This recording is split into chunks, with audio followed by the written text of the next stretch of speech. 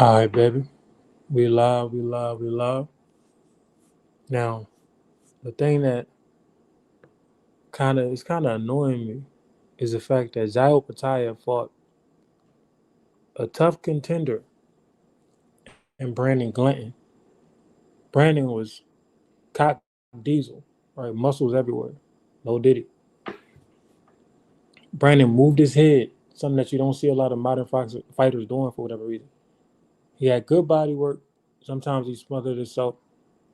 Um, every once in a while, he'll land a good shot on Opetaia.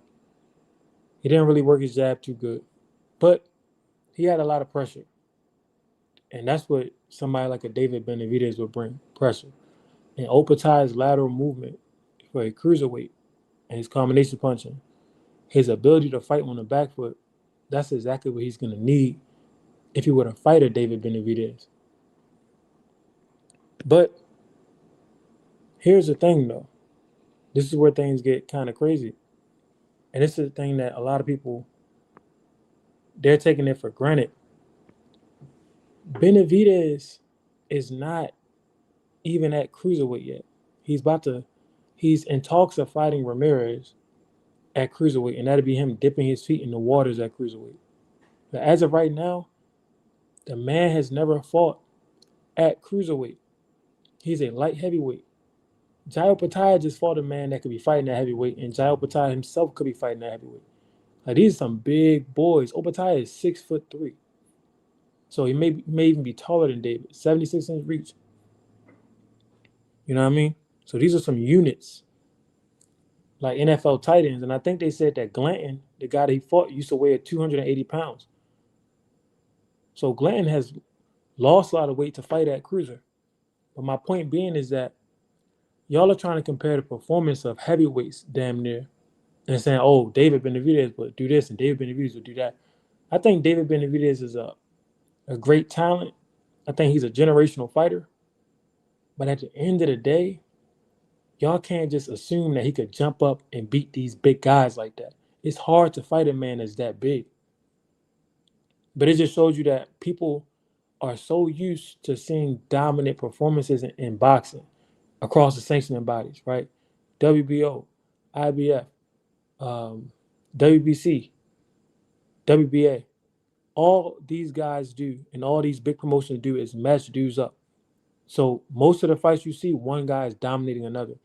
Jai Opetaia didn't dominate his opponent. You know why? Because his opponent wasn't there to be dominated. It wasn't just an easy fight. It wasn't just a walkover. So shout out to Dana for actually giving people a competitive championship fight for the little Zuffa belt or whatever. That's not typical. Like Keyshawn Davis fought, um, was it Barincic? Did Keyshawn fight Barincic to become champion? Or Lamo or somebody? No, it was Barincic. Keyshawn Davis fought Dennis Barincic to become champion. That's not really top level opposition. That's not even really like that's somebody that's nowhere near his level. And I'm not. I think Keyshawn is a great fighter, but I'm just saying if we're being realistic, right? You got guys fighting guys who are way way beneath them for top rank or PBC or whatever company to get a belt, a whole championship belt, fighting somebody that's not even like that.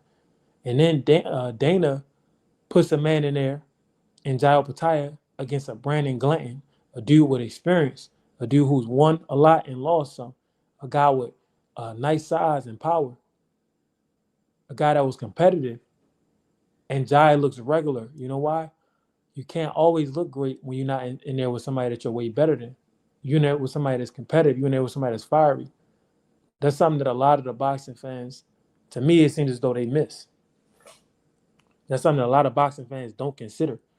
Like, dog, the reason why your favorite fighter looking like Superman because they matching him up with guys that he's way better than.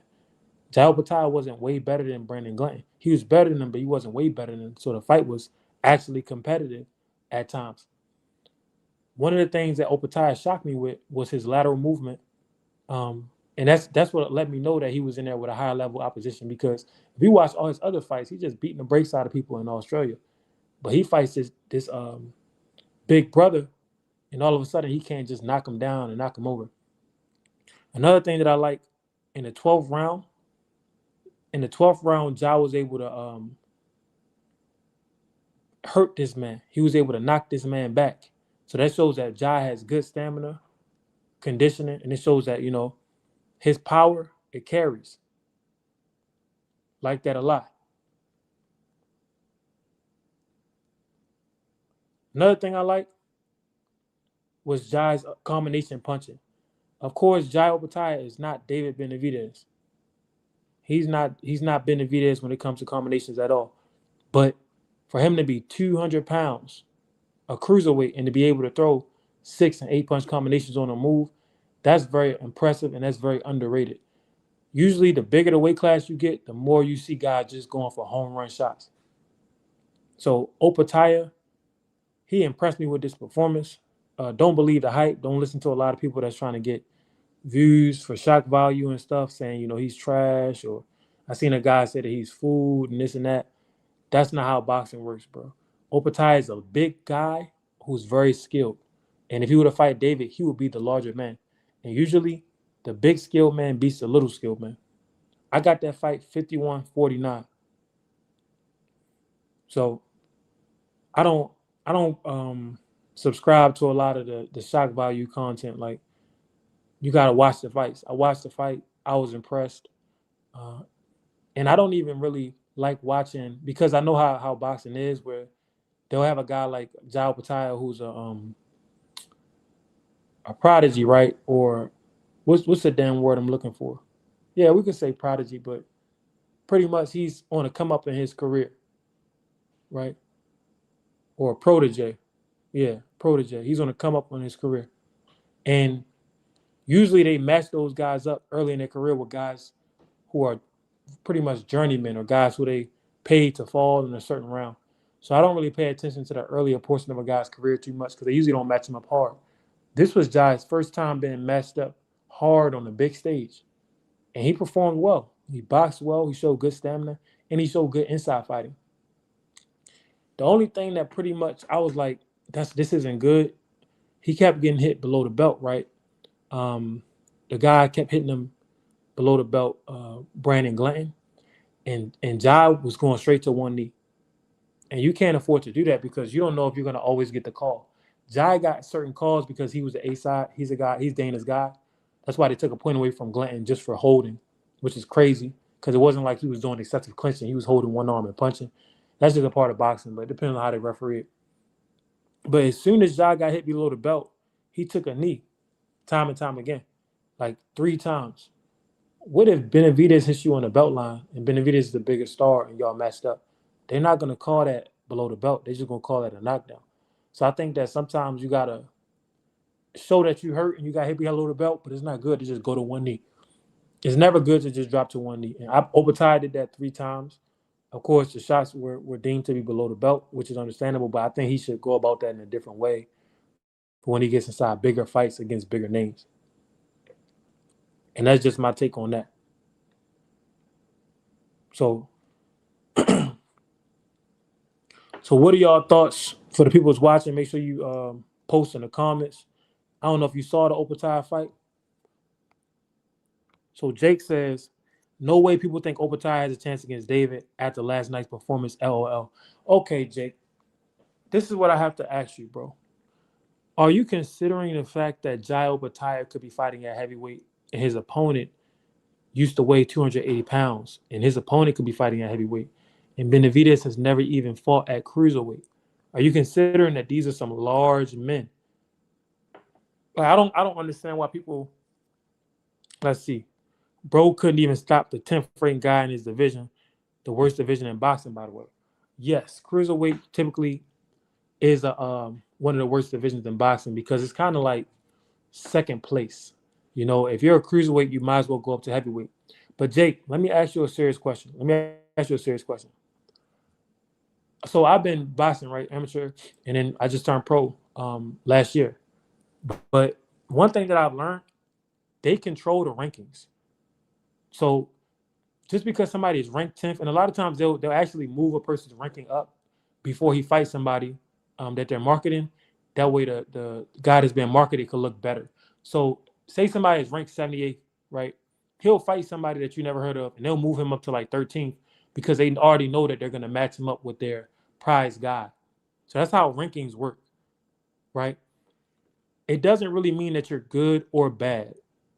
The guy that he fought was a good fighter if you watch the fight. Opetaia still should have stopped him. Why do you say that? Why do you say Opetaia should have stopped him? No way Opetaia can deal with Benavides' hand speed and volume. But Jake, the guy that Opetaia was fighting had power. And he was a 200-pound man who was muscle bound, right? He looked like Ernie Terrell. He was a large man, a tall man.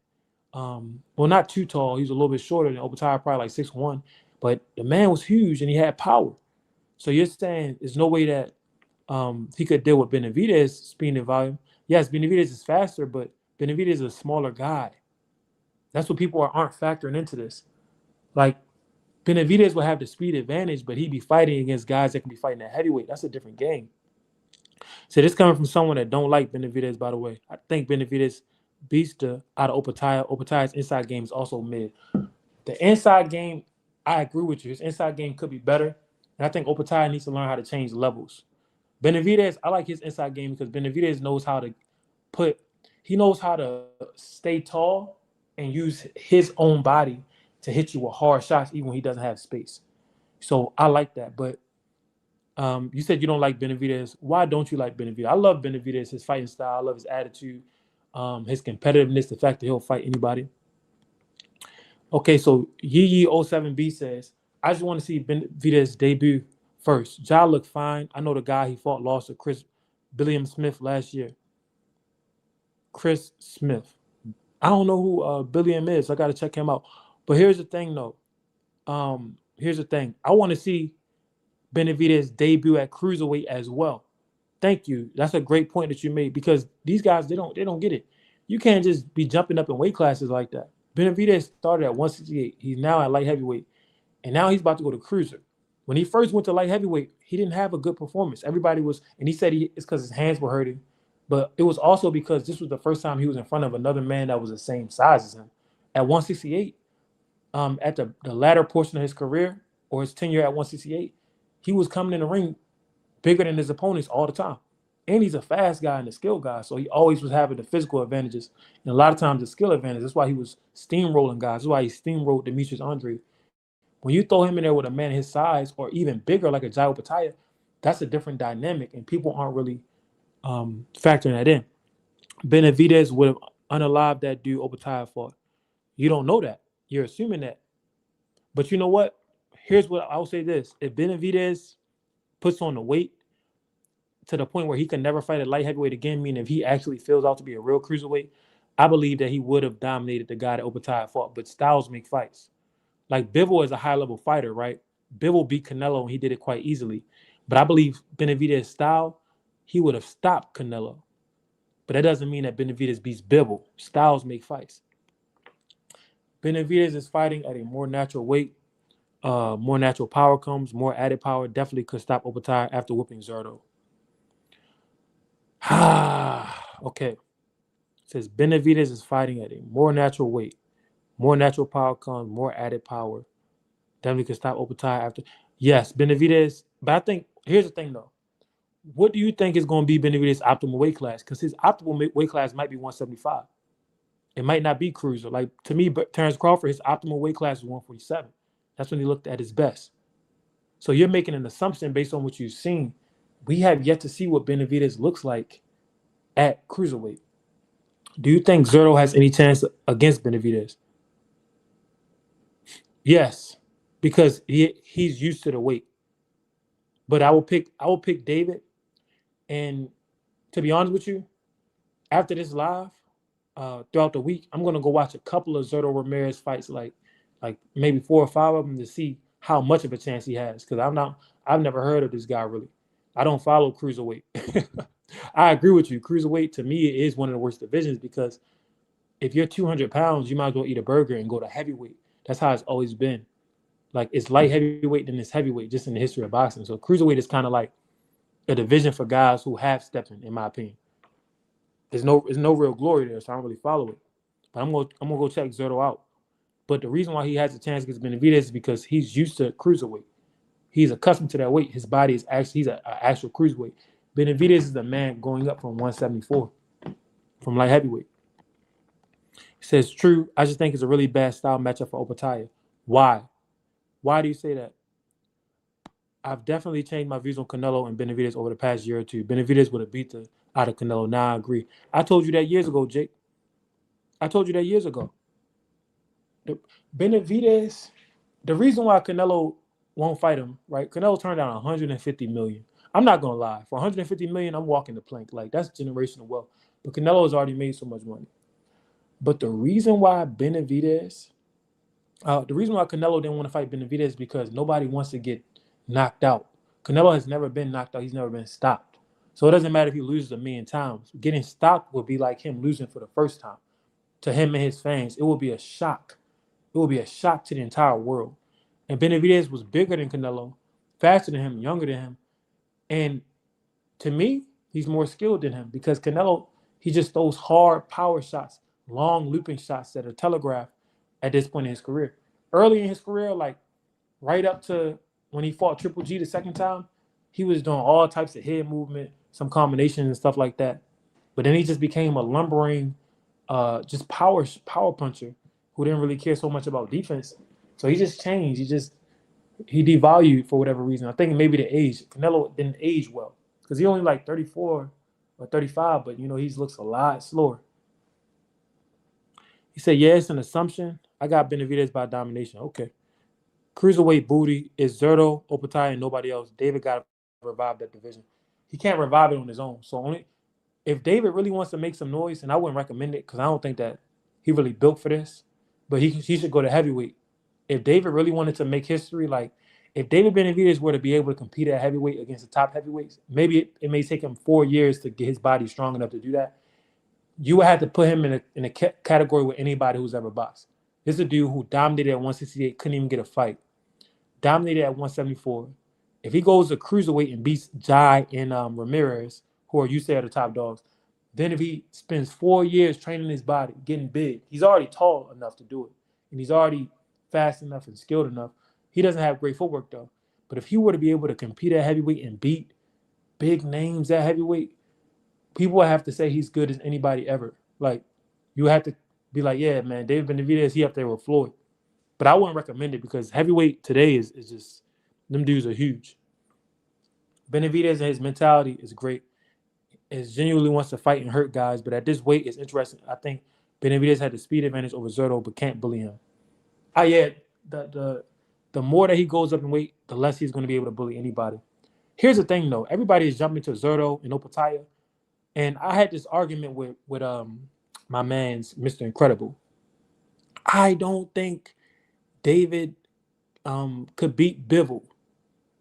And I changed my opinion on this, but the reason why I don't think David is going to beat Bivol has gotten experience that David hasn't gotten. And it's not David's fault, right? People don't want to fight him, and he was just head and shoulders over the competition at 168. But he's not head and shoulders over the top level competition at 174. He may be better than them, or he may not, but it's close. Now, Beterbiev is getting old. He's getting long in the tooth. Bivol is not that old. Bivol's coming off back surgery, though. But Bivol fought one of the hardest hitters in light heavyweight history and went 24 rounds with him. So Benavides throws a lot of punches, but he doesn't hit as hard as Beterbiev. I will bet my last dollar he does not. What does that mean? That means that if Benavides is fighting a Bivol, a man that's used to taking bombs now, a man that's done it at the highest level against the most dangerous opponent, Benavides has never felt the type of pressure that Beterbiev felt. That Bivol felt when he fought Beterbiev. So the experience edge goes in favor of Bivol. And Bivol isn't going to be afraid of anything Benavides is doing because he just went up against the Russian bear with knockout power. Bivol is the only person who Beterbiev hasn't been able to knock out. So I think Bivol is just going to be war ready, bro. I think he got the experience and he has the footwork, which you're going to need against Benavides, and in and out footwork, because you can't sit there and try to trade with him. Jake says you did. Yep, I told you years ago Benavides would stop Canelo.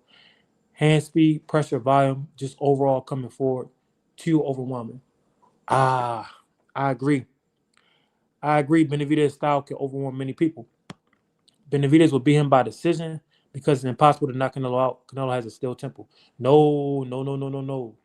He's not gonna knock Canelo out. I agree with you. Canelo does have a crazy, crazy punch resistance, crazy, crazy chin. He's not gonna knock him out, but he would stop him TKO because Canelo would be blooded and bruised, bro. Canelo will get stopped on his feet. He definitely will get stopped. Benavides has also improved his defense a lot, I've noticed, mostly in the Morrell and Yard fights. If you go watch in the Caleb Plant fight, Benavides, if you go watch Benavides in his debut, like his early fights, he's always had defense. It's just that his offense is so amazing. People diminish his defense, like Tank Davis. Guys like Tank Davis and Benavides, their offense is so great that people act like they don't have defense, and that's not the case. Mr. Incredible was good, bro. Yo, what up? What you going over right now? Right now, I'm gonna finish going over these comments. We've been talking about Benavides, his potential at heavyweight, cruiserweight, him fighting Beterbiev, what would have happened before Canelo. Now remember, we on YouTube. We want PG. You know what I mean? So try your best. Let me see. Not sure Benavides could deal with heavyweight and cruiserweight yet. Yeah, I don't think Benavides could deal with heavyweight. I don't. But you know what? I hope I'm wrong. Because once again, if he goes to heavyweight, spends 4 years building his body up, and dominates other real heavyweights, he's going to be one of all-time greats. Like, you'll be able to put him with anybody. Opetaia and Bivol have similar styles, bouncing in and out. Opetaia isn't anywhere near Bivol, but his style is very comparable. Now, Nah, Opetaia has more of a circle, like step into the left, circling. Bivol has more of the in and out, in my opinion. Bivol also got an iron chin, but Beterbiev is top 5 hardest punches in boxing history, pound for pound. I agree, and that's why I say, to me, Bivol has just the experience edge over David. I think he would beat David right now. Like David, he fought a couple fights at 174, but he ain't fighting no Bivels and he ain't fighting no Beterbiev. Bivol went 24 rounds with Beterbiev. That does something to a man. Devo was good. Who do you think Boots' next opponent should be? Bro, I'm gonna keep it real, man. probably gonna be a soccer player, chess Look, player, man, who amateur knows? boxer, Who knows? We look Boots. fruit I don't know vendor. why that man is super talented. I don't know why they never put him in front of somebody that was dangerous. One thing I will say is he tried to fight Brian Norman. Brian Norman said no. Brian Brian Norman Norman pulled ain't a nobody. no, no, it's a good fight though. Like you can't like Not Brian if Norman you is a know you dangerous can beat him opponent. He's up. a dangerous opponent. Huh? Not if you know you can beat him up. If he's your sparring partner and you beat him up, that's I agree, different. but still, it's still a good name because we gave Devin his credit. My thing is, when all them dudes was at 147, Keith Thurman, Arrow, Bud, Boots ain't really chased after none of them, and he had fights. Like Boots got like 30 something professional fights. So when he had like 20 something professional fights, he should have been calling those guys out. Um, Even just on Instagram, but I guess that's not his personality. I don't know. I don't know who his next opponent gonna be. It's probably not gonna be nobody that's real competition unless they make the Virgil Ortiz fight happen. I picked They Boots don't to beat believe in him. Virgil. Well, actually, no. I've already been over this. Virgil has so much experience. I don't know. Mm. I Says think. I don't. Go ahead. It says I don't know. Beterbiev is 41 now. Still think he could stop David, but man, if the fight's gonna happen, it needs to happen now. I doubt Beterbiev goes up to cruiserweight. No, Beterbiev is getting ready to retire. He's been talking about retirement for like the last 5 years. That man said, "I can't wait till the day where I wake up and I don't have to fight no more." I mean, So he's his done. body is breaking down. Like he was supposed to have a fight last December and got hurt and had to pull out. I don't think he can handle any more fights. He got probably like two Here's good what people fights. don't understand, bro. Um, these guys with them 300 and 400 amateur fights, by the time they pro, they've already had professional careers. So really, when they turn pro, they actually be at the end of their pro career. It's not like he's Bernard Hopkins, who started a little bit late, um, didn't have an extensive amateur career, and he probably can go to he's 45. Like, nah, bro, he been done since before the Bivol fight because they have such extensive amateur careers, and that puts a lot of mileage on their body. What do you think of Usyk fighting a kickboxer his next fight for the belt too? Shaking my head, it's a joke. Always defending Usyk, but I can't this time. He should be stripped for this. Um, Usyk has beat this. Here's the thing: when you're old like that, you're just trying to make money.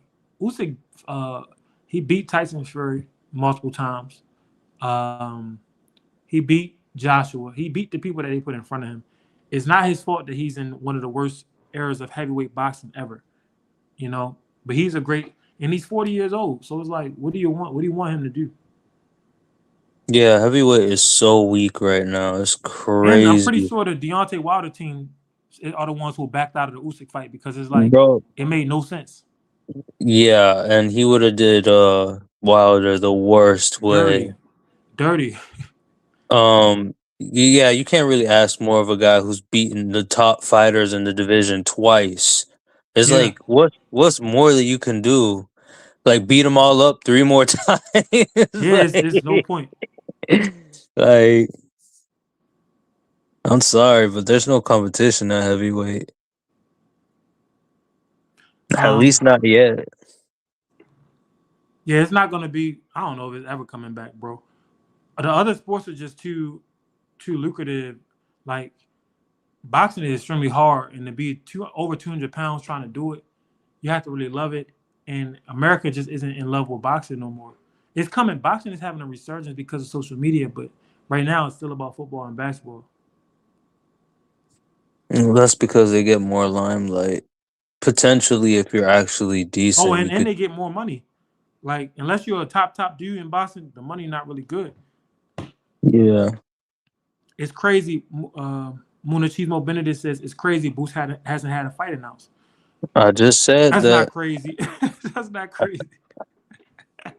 See, they know. I just said that. I ain't even saying it out of nowhere. I'm like, bro just fought like 3 months, 5 months ago. Who did he fight? Oh yeah, he fought that that potato farmer or whatever, whoever his name is. You talking about his last fight? Uh, Yeah, who's Lima. the dude? Usima Lima, Yeah, who was one that of name two. sound made He's up. one out of the two boxers in this whole country. That's what the rankings tell you. Like it'd be like he ranked one. He was ranked number one out of like two people. I hate when they do that. They they bring these guys from these countries that don't have no boxing background. And the dude, of That's course, is international. The dude, he's doing good where he's from, but if they have no history of boxing, you don't even know if they training right. And they bring these just. guys here. Remember, Jared Anderson fought a dude like that before he fought Piccoli. He fought a dude who was ranked like number one out of five or something in this country. Bro, it was like some German guy, Yep. and he was like fighting like And cruiserweight. he was fighting cruiserweights who were at heavyweight. Yeah, who do They y'all said, who think do you it think should should be at be? 154? He should fight What do Jamel Charlo. That'd be a great fight. Boots should fight I? Jamel. I think Jamel Charlo beats him like a stepdaddy. Charlo I, got so much experience, like, and Charlo got he him getting embarrassed running in that Canelo fight that lit a fire up under him. Like he back at it. He's trying to he want to leave on a good note. I'm just saying, bruh hopped in the ring. He was talking all that good stuff with Virgil, No, and he wasn't talking good stuff. Him and no, no, Virgil was saying, "No, you talked about me. No, you talked I'm about me. I thought you talked about me. Like that was some of the worst trash talk I ever. I don't no, even want to no, talk no, trash no. talk. I just can't. I just can't. I'm substituting what I usually say. All that hot ish, and he was calling out Murtazalia, Fandor, all of them. That's what he said, and I ain't even hear one word from anybody. Like, come on, bro, send the contract. No, Murtazalia did. Murtazalia said I would want to fight Boots. They said, but a kickboxer KJ, not Caballero, who's the number one contender. Yeah, Caballero, I seen some footage on him. He could have accepted the Warley fight before Dubois. A kickboxer, bro, come on, this is dumb. Usyk is at the age where he wants to do exhibitions, and if you can do a professional exhibition, like what Mayweather is about to do against Pacquiao, that's the best because you're gonna get credit. Like Mayweather versus McGregor was an exhibition, but it was a professional exhibition. You're gonna get credit on your record. You're gonna get a bunch of money, and you're fighting somebody that's not even a top level boxer. So It's all I about don't blame money Usyk. at the He's end of done the it. day. He's already fought a bunch of fights for us. He's 40 years old. I'm not upset. He's he's When fighting Wilder in Egypt, when Wilder bro. documentary dropped, y'all watch it. You know it. I got Wilder said him cheated. Wilder is so like vain and egotistical. Like It's sad. Yeah, it's sad. Him cheated. I thought losing would make him grow a little bit. Nah, man, you got all that money, and now he can finally get all them red bone chicks that he wanted his whole life. Yeah, but like, okay, I could, okay. Let's say he did cheat, but he cheated 3 times. He beat on you 3 times, bro. No, he beat on them once. The Wilder Yeah, the second Fury fight. trilogy was the first thing Fury really won. They call it a draw because of the knockdown. The second one, which Fury probably did cheat because the way he dominated, or maybe he didn't. He beat the brakes off Wilder, and the third one was competitive. He dropped Fury twice, I believe. He could have knocked him out, but Fury got up off of that canvas. The thing about Wilder is always going to be this with me. If the man, since the amateurs, if he was actually taking his time to learn boxing skills, like instead of just leaning on his power, he would have been so dangerous, and Fury wouldn't have been able to beat him. And he probably would have been able to give Usyk a run for his money. I don't know if he beats Usyk, but he would have gave him a real run for his money. You have to know how to jab. You have to know how to move. It changes. Um, it changes the format of the game. Like it changes the entire terrain when you know how to do these things. When you know how to move your head. When you know how to defend Nah, yourself, he would have especially stopped at the highest Fury. level. He would have stopped Fury. Like if he was on a video game, all his stats would be like 40, 30, 0, 0, and then the power would be like 100, 99. 120. 154 right now is too stacked to have literally no fights happening. Xander's bum ass Xander's out has two belts. The vacant belts two, by the way. Make Boost and Virgil. Xander fights the winner. Bro, Xander can't fight Boost or Virgil.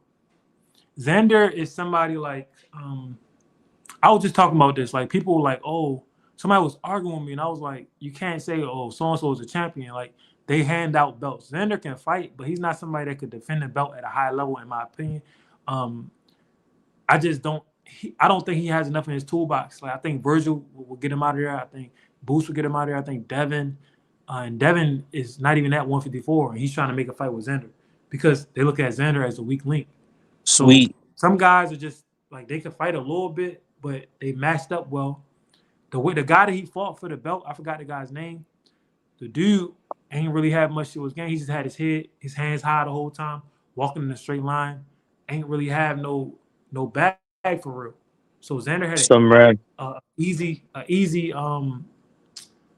a easy gate to the championship. Just like Keyshawn Davis, who fought Dennis Berinchik. Like these dudes, they don't even be fighting veterans or guys who then defended the belt. They be At fighting least, for a vacant title against a dude who probably really shouldn't even be there. Berenchik had a Olympic background. The guy that Xander beat was like a random created character off the street. Like Yeah, they just one of grabbed he's that like guy an from nowhere. African fighters, bro. Bro, He was very I stiff, like I'll tell you what though, they sneakily moving him around like the way they yeah. be Because saying they nobody, the be. fight just came out of nowhere. They ain't even really promoting it. Yeah, bro, he be having his fights in Puerto Rico like on a Tuesday at like you know 1 o'clock in the morning or something. Because I don't even be knowing that these fights be happening, bro. That's one thing, and two, bro, that buddy they be the manager needs a raise, bro. They moving that boy career like how they be saying they be moving Haney career. That boy about to be undisputed, and we don't even know who he fought. Yeah, the dude name was like, bro, something with a B. Abaru or something, Yeah, Broso or AB something. I've heard from credible. Um, oh, he said then after Boost and Virgil beat the S out of Xander, fight the winner of Fundora and Thurman. Okay, see, I'm forgetting that Thurman is even up there, and I forgot about Fundora. Oh, but the Thurman and Fundora fight is happening on the 28th. I'm excited for that fight. Um, if Fundora can't beat Thurman, then pretty much it's gonna be still like he can't beat top level opposition. He's tall, and people like to see that spectacle, but he can't really make it. He can't make it do what it do. Because I I remember he's think supposed he to fight loses. Arrow, he's supposed to fight Bud. All of those fights fell through because I don't think that they think he's ready. And I mean, No, the guy that got destroyed by Murdazaliev, Tim Z was giving Fundora all he could handle before he got them gashes. man, I think he loses, bro. especially when he relinquished that belt when they said, "Hey, fight Bud, bro, fight You Bud for talking the about you big talking boy." about Xander Zayas slick. Keith slick as hell, boy. Keith managed to fight Sean Porter, right? And then talk like he the world beater, like he ran through the division. Never fought Bud, ducked Errol, tried to fight an old Floyd Mayweather. Floyd said, "Yo, fight Errol, you can fight me." Keith was like, "Nah." Then he tries to fight an old Manny, right?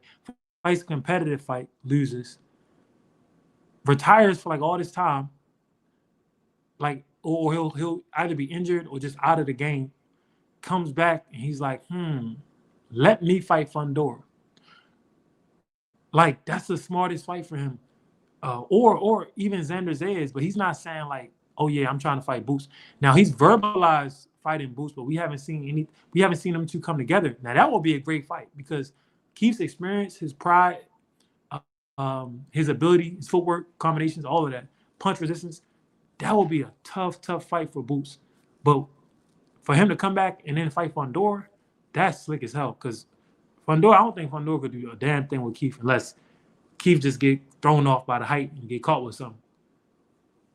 Nah, I think that Fundora's feet are flat, and he stands in one spot, and that's in the middle of the ring. And he has the luxury of having long arms and just turning around, and his arms just look like Rock'em Sock'em. Like they have like no range to them. They're just very tight and close.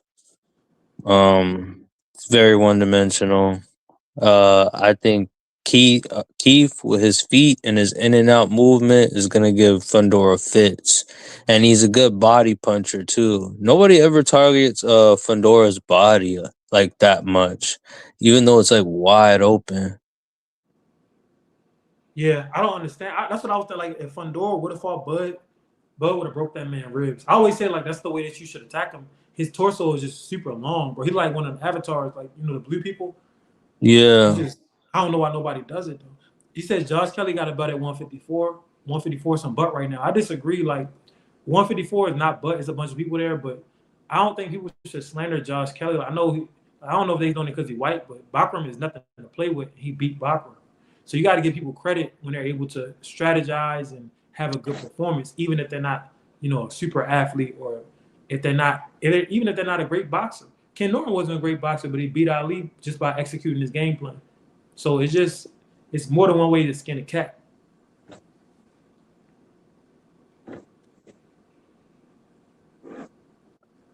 154 just needs to heat up, and boxing is top to bottom. So if the best guys aren't fighting, everything ain't gonna get hot and popping, which is Boots and Virgil, which Oscar just being greedy and denying another fight, and probably is gonna lose another good fighter, like how Ryan's gonna leave, how Canelo left, how he lost that contract with Floyd when Floyd first went independent. They started working together, and he started doing individual contracts with Oscar after he left Top Rank. Like everybody that Oscar has, they leave. Yeah. Keyshawn just destroyed and stopped Jermaine Ortiz, something Tio and Loma couldn't do. Nobody can f with Keyshawn from 140 to 154, in my opinion. Bud clone. Hmm. Yeah, Keyshawn, that what he did against Ortiz to me was so badass because it's like late 12 round stoppage. Ortiz is really like that. Ortiz is somebody that swims right underneath of championship level contention. Like, and he stopped him in the 12th round.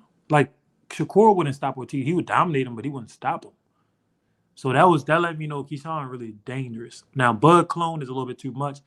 Remember Bud got 75 inch reach.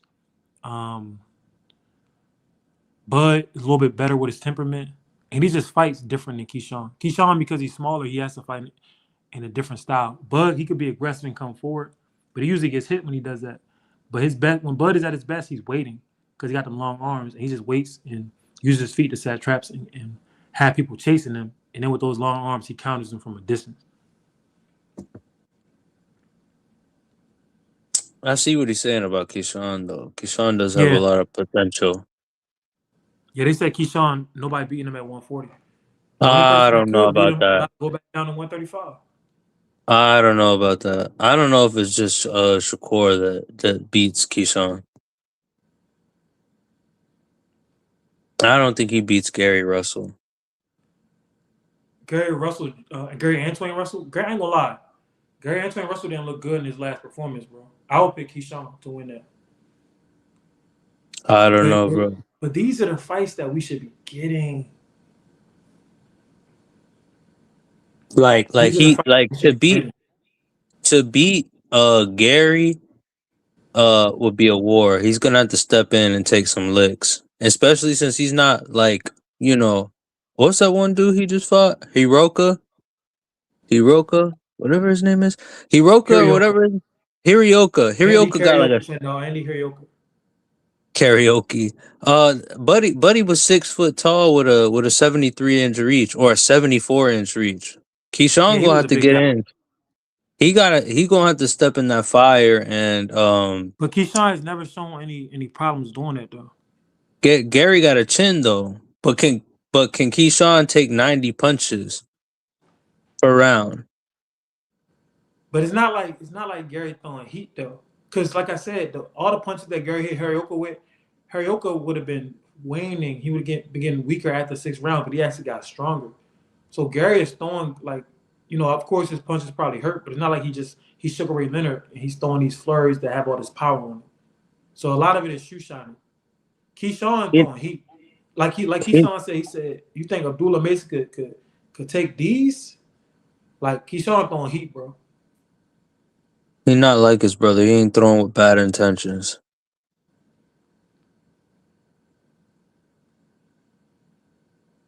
Man. I saw Thurman's training video. Oh yeah, He's let gonna me get. bring that back up. I saw Thurman's training footage a couple days ago. Good God, bro! Pray for Thurman. He gonna get dog walk. Damn, I gotta see that. Bro, I can't listen. We can't go off of no training footage because listen, I was just doing like today was my first day back after 2 weeks off after I finished my camp. And I'm still letting my fracture on my hand has healed up, but it's still I forgot what it's called, like a woven bone. So it's like it's gonna take time for it to really go back to normal. So it's still some pain there. But somebody was in there training with me and we was talking.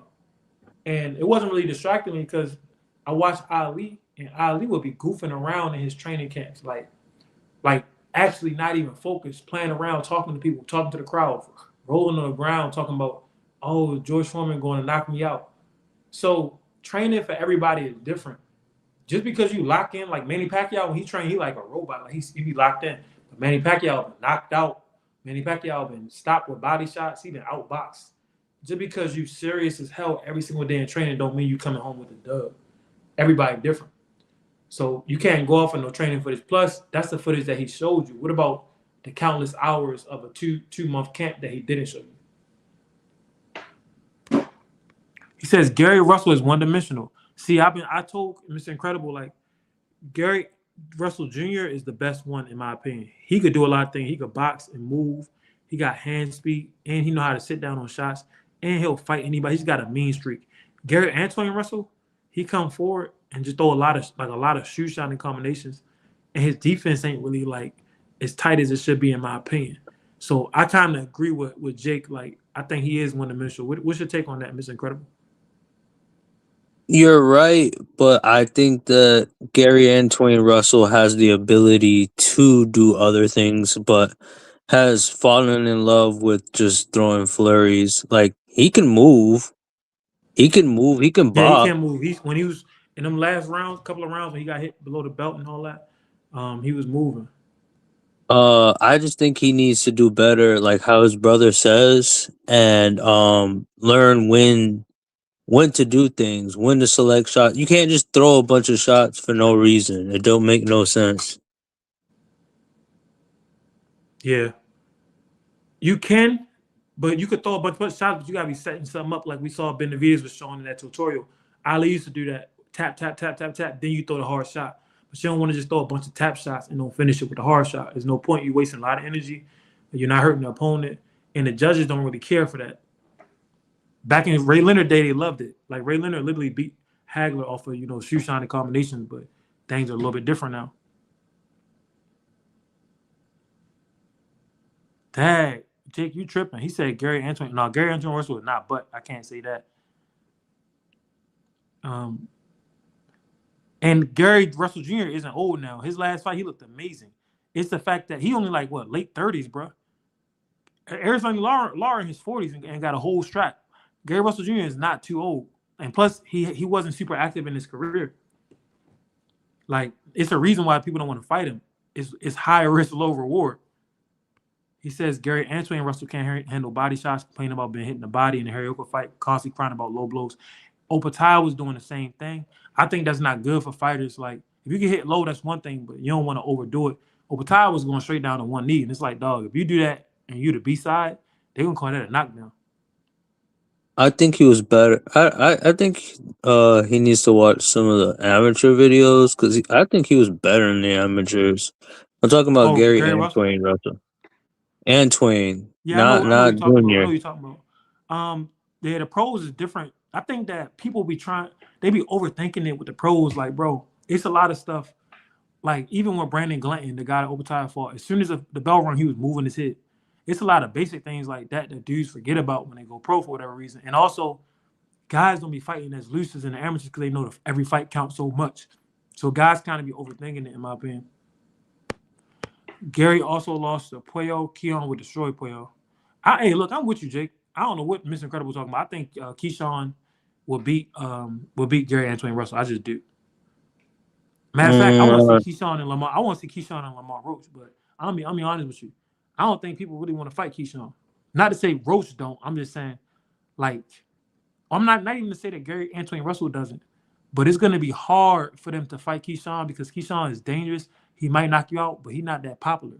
He only popular amongst boxing fans. So it's like, is it worth it? And we know, sadly, that's how boxing is ran today. It's like you want my fighter to potentially get knocked out for $1 million. It's not worth it. You saw Richard Hitchens. Richard Hitchens said 1.5 million. I'm gonna need about 2.5. Like a lot of people, they're not trying to fight Keyshawn unless they making at least 2 million.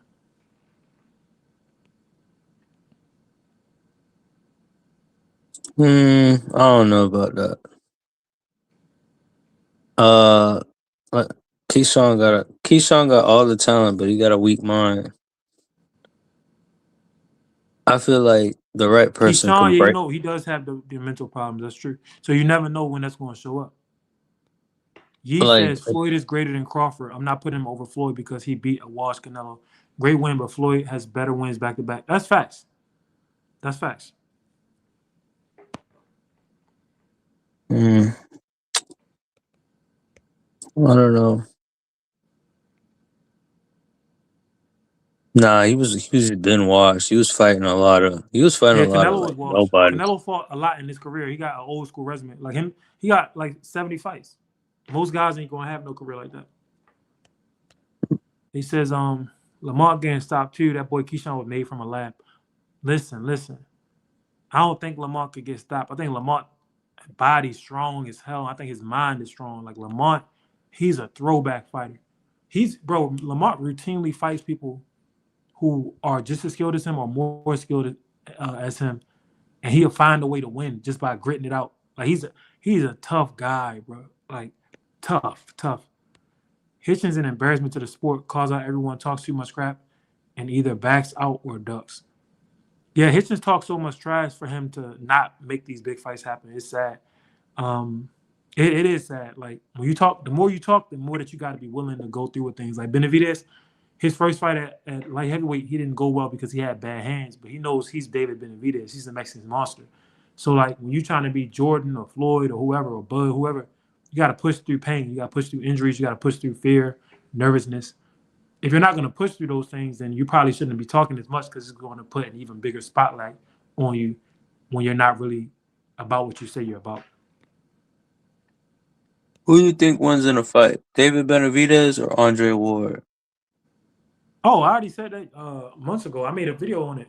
Ward Um, would get stopped. Andre Ward is somebody that Shakur said Ward is his GOAT, right? And then I believe it because they kind of the same. Like they good athletes, but they're not great athletes. So they have to be perfect. They got to be perfect in their preparation. They got to be perfect in their reflexes, their defense execution, offense execution, and they have to pick their punches. They can't just go out there and just let their hands go freely because they're not super great athletes. Like Bud could throw whatever combination you want whenever you want.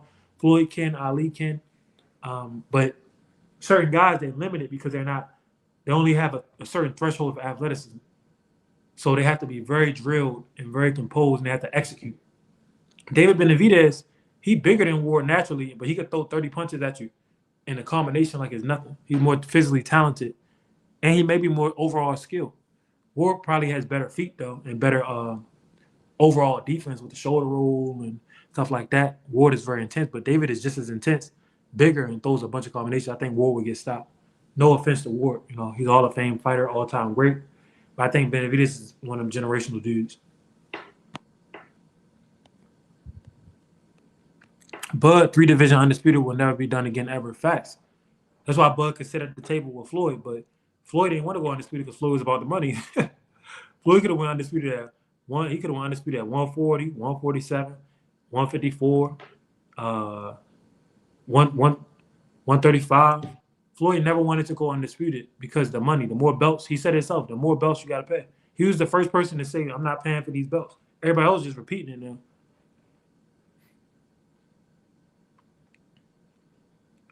They said somebody said Lamont don't want them. Roach don't want that smoke with Keyshawn. I don't know, man. I met Lamont. Like Lamont, a tough dude. I don't think he's like running from stuff. I think Lamont just trying to get paid. And you know why? He in his 30s and he kind of been on the back burner as far as being in the spotlight. So once dudes finally get there, they like, I'm trying to fight big fights. I get it because a guy like Keyshawn is young and he coming out from the Olympics and got the red carpet laid out open for him. Got to become a champion by fighting Dennis Parinci. If you Roach, you pretty much on the other side of things. So you're just trying to make as much money as possible. I don't think Roach scared of Keyshawn though, and I don't know if he could beat Keyshawn, but that experience, man. Roach have gone 12 rounds against top level opposition over and over again. How many times has Keyshawn did that? Once, once, and that was recently. He performed great though, but I probably would pick Keyshawn just because he's so young and spry and overall talented, fast feet, fast hands. But it will be a good fight. I mean, he just got robbed of a victory. Lamont could beat T.O. in my opinion. He got robbed of a victory against Tank. Lamont, and that's another thing. The fight with Lamont and Tank showed that it's not all about who faster and stuff, or who got more power. It's about timing. And Lamont executed a perfect game plan. Said Lamont could beat T.O. in my opinion. A lot of guys could beat T.O. T.O. still throw bolo punches. He still opened himself up just to get his offense on. He don't know how to create offense with a jab, with footwork and feint. He don't know how to hide his attack. So a lot of people could beat T.O. You see what Brian Norman said? He said, I don't mind if I got to fight T.O. just to get the Devin Haney opportunity again. T.O. fight at 140, I believe. So when people start No, he when should people not start be naming fighting at dudes like 140. that, it lets you know like, okay, this is a weak link. Like when all different everybody calling you out, that mean that they think you saw. Teal should not be anywhere near 140. I'll be honest. He'll get starched. T.O. at 140. I mean, 147. No, but Brian Norman said he would fight T.O. to get a chance at Haney. It didn't make sense to me because it's like, what you gonna go No, down? Teal said he moving up. Oh, he's moving up. Okay. That makes sense. Oh, I mean, he has to because he can't do nothing at 140. That's boxing. When you can no longer do nothing in that weight division, you have to move up and just see. Like at least he'll have the speed advantage. He's faster than Brian Norman. Yeah, That's but how he that's said why he's guys keeping do his it. dad as a coach, bro. Hey man, some people they loyal to a fault. No, he getting his ass starched. They said Ward should have 2 losses to Kovalev. Well, he stopped Kovalev the second time, but he should have 1 loss to Kovalev. Said Benavides will unalive Ward. Possible. Some people were saying Bud wouldn't be able to handle Canelo's power. He's too small. Yet he stood in the pocket majority of the fight with Nello. Took all his best shots and schooled him. I was showing footage. I think it was on my no, it might have been on my new TikTok. Yeah, it was on my new TikTok. I was showing people Bud Crawford's inside game against Avenetian and showing them like on the inside, Bud actually has defensive moves. Like he hide behind his shoulders. Canelo does the same thing Tank do. They just put a shell up and put their gloves on you, and pretty much they'll pull back for one explosive counter. But other than that, they just let themselves get hit. That's not an inside game. Like that's like a D level inside game. Bud got a real inside game, like a B level.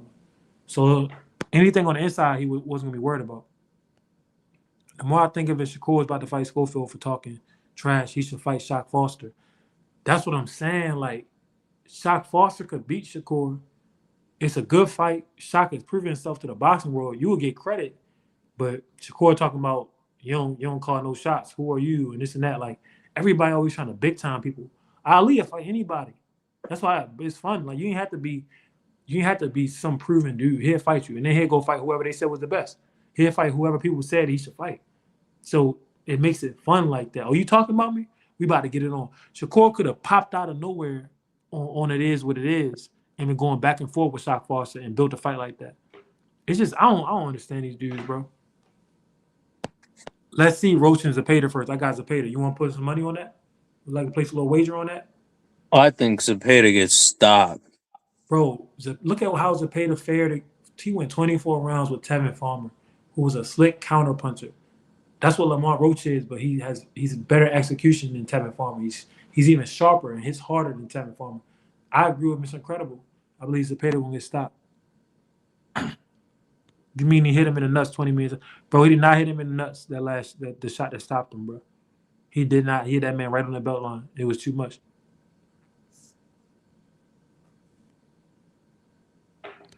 He says, you got to hit him, bro. T.O.'s dad advice against Shakur. Amazing advice. The fact that he be calling his son bro is crazy. That's the problem right Where's there. your power, bro? What happened to your power? That's the problem right there. You're gonna hate yourself tomorrow, bro. I was I'll be like, no, I'm going to hate your ass. I think he's scared. But Keyshawn, a lot of risk for no money, and he coming off 2 draws. If he loses, they're going to toss him out. Oh, he said, I don't think he's scared. Y'all don't think Roach scared either, but you're right. It's not a smart fight. Stop talking about Tank. Dude is fighting a bum, Isaac Cruz again for his. Cruz not a bum. He's just not.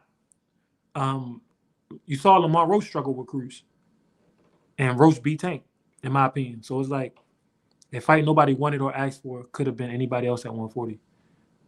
No, bro, him and Cruz has history, so it's a smart fight. And plus, Lamont just fought him. So, and Lamont is on the card. So if they both win, they're rebuilding interest in the rematch. Because since these guys don't be fighting as fast as they're supposed to, people lose interest.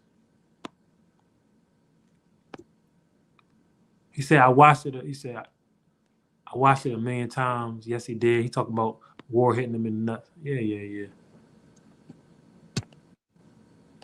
Canelo was washed. How many people had Canelo stopping Bud? Canelo was washed, but I said that Bud was going to beat him. I thought that he was actually going to rob Bud, but I'm glad Bud put in work in the championship rounds. Esau Cruz is a bum. I disagree. Lamar Roach's ass. I strongly disagree. All three are but. All right, Jake, you just trolling. Tank had an off night, though. No, he did not. The reason Tank lost is basic. I did so many breakdowns on it. Tank Davis he loads up for his punches like Ray Robinson. When you load up like that and you're fighting somebody who throws straight punches and who actually has defense, especially on the inside, they're gonna beat you to the punch over and over and over. There's so much footage of Tank getting countered with straight shots, jabs, and check hooks because Tank is loading up for these big shots. And Lamont sees him, and Lamont counters him. He rolls and he counters. And then Lamont was walking him down because he's a bigger man with his hands up, damn near the entire fight. And Lamont was leading with long, straight rights. Hey, man, nobody F with Shock Foster either. I got him beating Shakur. Yeah, I think Shock Foster could beat Shakur. I don't know why Shakur not making that fight happen. Like, dog, everybody who really know boxing, like the brothers, we knew T.O. wasn't on your level, bro. But Shock could do the same stuff you could do. So then it's gonna be chess, and it's gonna come down to who does it better. Only one he loses to from 135 to 147 is Keyshawn. Who you talking about? Shock can't even be at 147, dog. Tank fought Lamont like he fights everyone else. Thank you. It had nothing to do with no off night. It's just styles, bro. People don't respect that boxing is about styles. Nobody respects that no more. Says Shock is slicker than Shakur. Possible. Jake said, "Stop it. You funny." But listen, I done gave y'all a power hour tonight. I got back training today, bro. So my head is ringing. I'm tired as hell. I'm about to get up out of here. I will be going live again tomorrow, most likely, and then again on Thursday. So I just decide whether we're gonna do YouTube or Patreon. I might do one on Patreon and one on YouTube. But I appreciate everybody, man. Mr. Incredible, thanks for coming up and rocking with us. Says Keyshawn Davis is more complete than Shakur and Devin. I agree. I agree. Keyshawn is not afraid to let them hands go. Shakur and Devin, they have something where they really hesitate to let them hands go. Jake Yeah, but said he's not W live. beating either. You said what, Mr. Incredible? He's more complete, but he's not beating either. Mmm. That's a hell of a statement.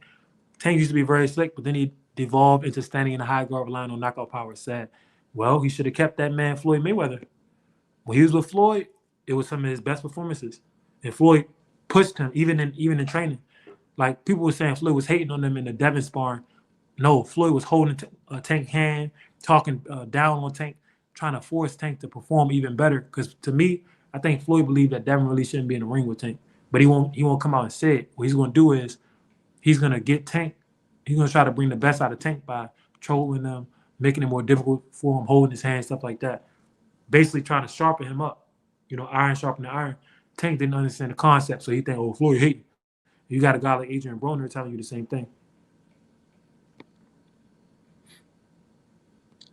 Jake says, Mr. Incredible, your takes are booty cheeks, man, with all due respect.